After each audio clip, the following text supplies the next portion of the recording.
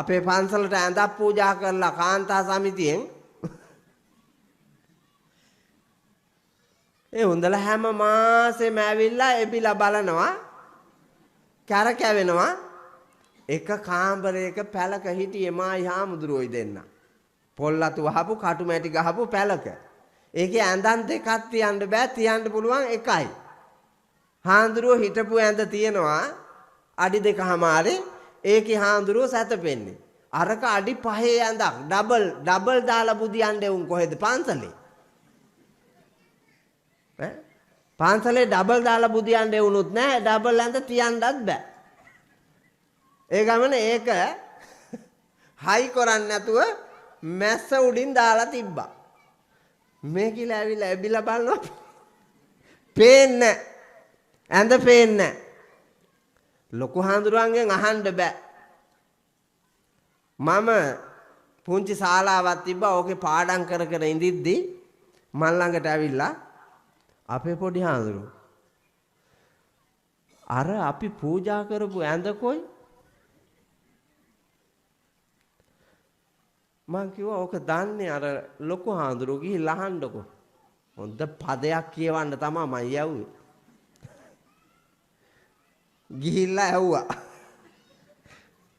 අහනකොට උන්නාන්සේ මෙහෙන්දකෝ මං ගියා මං නාඹර තරුණ වයසේ නිමහන උනේ මට අවුරුදු 23යි මහන වෙනකොට. මං ගියා. අර මේ කියලා පූජා කරපු ඇඳ මැස්ස උඩට දැම්ම නේද? මේ කිලාට දෙන්නකෝ ඒක අරන් ගිහිල්ලා ලිපේ දාන්න හරි මේ කිලාට බුදිය ගන්න හරි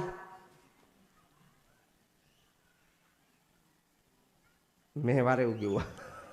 ආඳුරු මෙහෙවරෙව් කිව්වා. සුද්ධ සිංහල වලින් බණක් කිව්වා. සුද්ධ සිංහල වලින් බණක් කිව්වා. දුන්නා නම් දුන්නා. තොපි මොනවාද බොලා කූරු ගහන්නේ. මායි මේ පොඩි නමයි තොපි දීපු ඇඳ විකුණගෙන කෑවා කියලා හිතුවද? ඒක හොයන්න නේද මේ එන්නේ? තොපේ දන් වලින් ඇති වැඩක් නෑ යකෝ. තොපේ දන් ඕකෙන්ම පේනවා. අතෑරලා දීපියව කිව්වා. ඔව්. ත්‍රිබ්බටුවවටවත් කියන්න තියෙන්නේ අතෑරලා දීපියව. දෙනවන එල්ලිලා දෙන්න එපා. අල්ලගෙන දෙන්න එපා. බදාගෙන දෙන්න එපා. නිදහස් වෙලාම දෙන්න. දැන් අපේ හාමුදුරනේ සාමණේර නමක්වත් හදන්න බැරි ඒකනේ. පූජා කෙරුවා නම් පූජා කෙරුවා. අය ෆෝන් ගෙනත් දෙන්න. ෆෝන් එකෙන් හැම වෙලාවෙම අපේ හාමුදුරුවෝ වැළඳුවාද? අපේ පොඩි හාමුදුරුවන්ට බැන්නද? අපේ පොඩි හාමුදුරන්ට ටොකු යන්නද?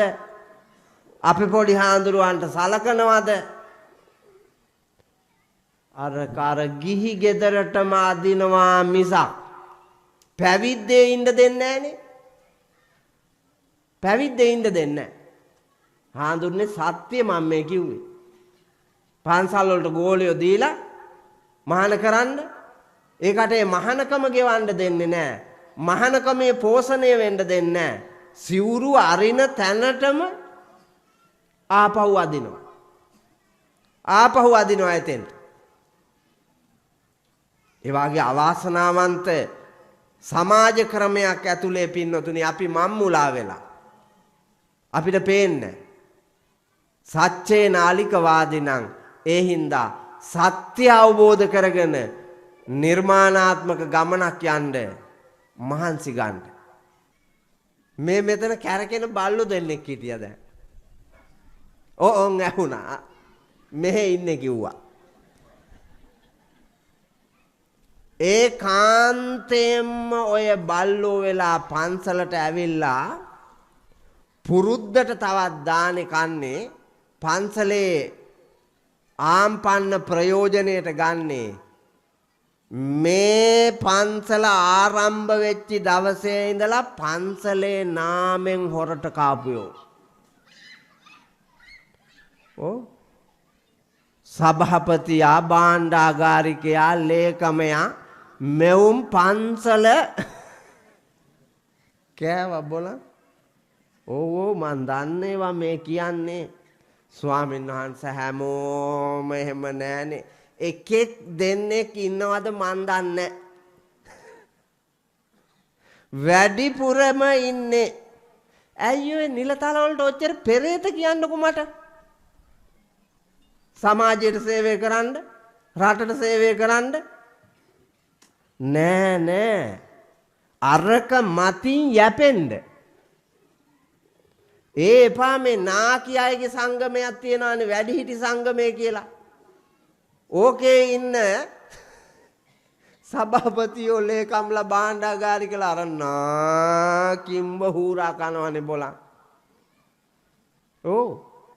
මට මතකයි ගල්කිරි ආගම පොලිසියට ඒකේ සභාපතියව අරගෙන ගිහිල්ලා ආපහු ගෙවන්න උනා. ලක්ෂ ගාණක්. ට්‍රිප් යනවා කියලා ලෑස්ති කරනවා භාගයට භාගයක් අරක කනවා. අර නාකි ලොක්කො ටික හැන්දෑවට එනවා.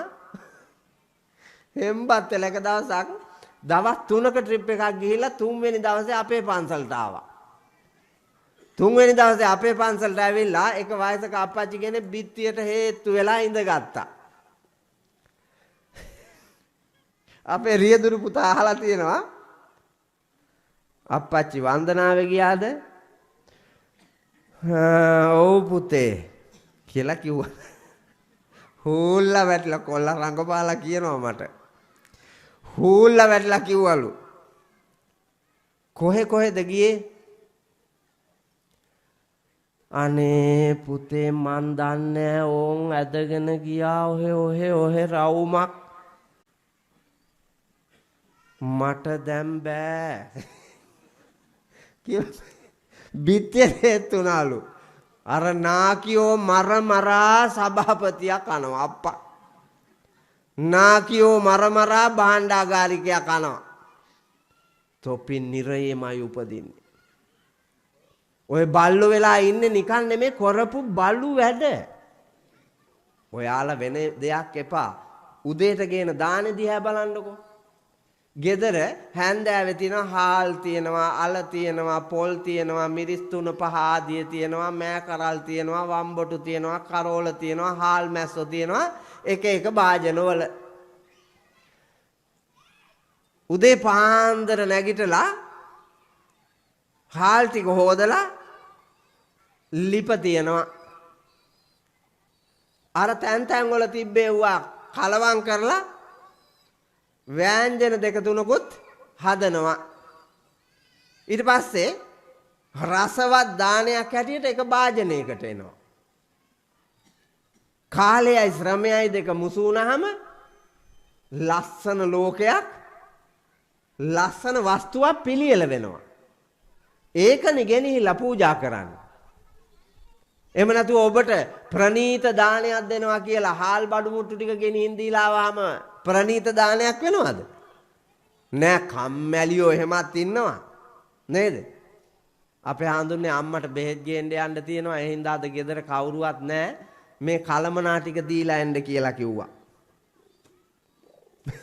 ඒක බෙහෙත් ගේන්න ගියේ නෑ, අමූලික බොරු.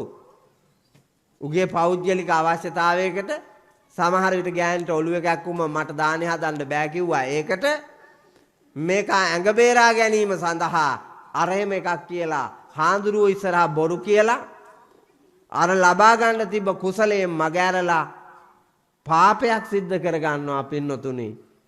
සමහරට උදේ පාන්දර සන්ධ්‍යාව දන් දෙන්න ලේසි වාගේ පෙවුනට බෑ, අමාරුයි. ලෝභයයි ද්වේෂයයි මෝඩකමයි මැදි වෙලා අපි දෙන දානේ අවුල් කරනවා, අපිරිසිදු කරනවා, දාන ගුණය නැති කරනවා. එහෙනම් සැබෑම ලෝභකම මරා දමා, සැබෑම පෙරේතකම මරා දමා දිනන්න නම් දන් දීලා අත්තරලා පුරුද්දක් ඇති කර ගන්න ඕන. ප්‍රතිපත්තිගරුක පුරුද්දක් හදා ගන්න ඕන. එතකොට දන් දෙන්න පුළුවන්. නැත්තම් බෑ. බලන්නකො කටින පින්කම දවසට අපේ ආඳුම් චිත්‍රයක් වාගේ එකක් මං ඇඳලා පෙන්නන්න. කටින පින්කම දවසට උපාසක අම්මලා කැවුම් අරන් එනවා. බාස්කට් එකෙන් භාගයයි. ගෙනල්ලා අර දාන ශාලාවට කැවුම් ටික දෙනවා. දුන්නහම ඒගොල්ලෝ අරන් තියා ගන්නවා. ඊට පස්සේ දානෙට දැන් ගමේම අය ගේනවනේ. අර කැවිලි ගොඩේ තියෙනවා කැවුම් තියෙනවා මුං කැවුම් තියෙනවා හැඳි කැවුම් තියෙනවා අග්ගලා තියෙනවා වැලි තලප තියෙනවා වැලි පිට්ටු තියෙනවා පැණි වලලු තියෙනවා කොමල වටා තියෙනවා නානා ප්‍රකාර එව්වා. කැවුම් ගෙන ආපු ගෑණිගේ ඇඟ නල්ලියනවා බොලන් මෙව්වා ගොඩ. හාඳුන්නේ දාන ඉවර වෙලා යනකොට බාස්කට් භාගයක් කැවුම් ගෙන ආපු ගෑණිගේ බාස්කට් එක මුඩිය තද කරලා වහලා නූලක් දාලා බැඳලා ඔළුවේ තියාගෙන යන්නේ. දානයාගේ ආනිසංස ඒකේ තියෙනවා බලන් කැවුම් වැලි තලප අග්ගලා පැණි වලලු නානා ප්‍රකාර එව්වා. දැකලා නැහැ